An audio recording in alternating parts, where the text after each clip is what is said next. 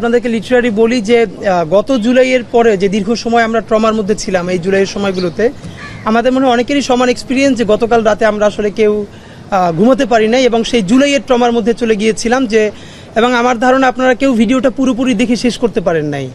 একটা মানুষকে হত্যা নিশ্চিত করবার জন্য মানে আনন্দ করে পাথর মেরে হত্যা করা হচ্ছে, মানে সেইটা আমরা দেখছি চোখে, মানে আসলে এর থেকে লজ্জা, মানে মাঝে মধ্যে আপনার শুধু মনেই হবে যে দুনিয়ার সব কিছু ছেড়ে ছুড়িয়ে আমরা কোথাও চলে যাই। আমাদের আসলে এত অসহায়ত্ব এই রাষ্ট্রের মধ্যে, আমরা কোথায় যাব আসলেই আমরা জানি না।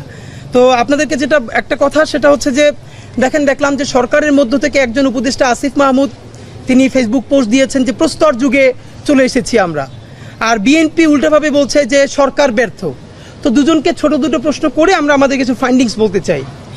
সরকার বলছে, বা সরকারের একজন উপদেষ্টা, মানে এটা সরকারেরই ভয়েস নিশ্চয়ই, যে প্রস্তর যুগে এসছে। তো এই যে জুলাইয়ের পরে আদিম অসভ্যতায় ফিরে যাওয়া আপনি যেটাকে বলেছেন, তাহলে গত এক বছর আপনারা তো বাংলাদেশের ইতিহাসে সব থেকে সুশীল, সভ্য, মডেস্ট সরকার আপনারা।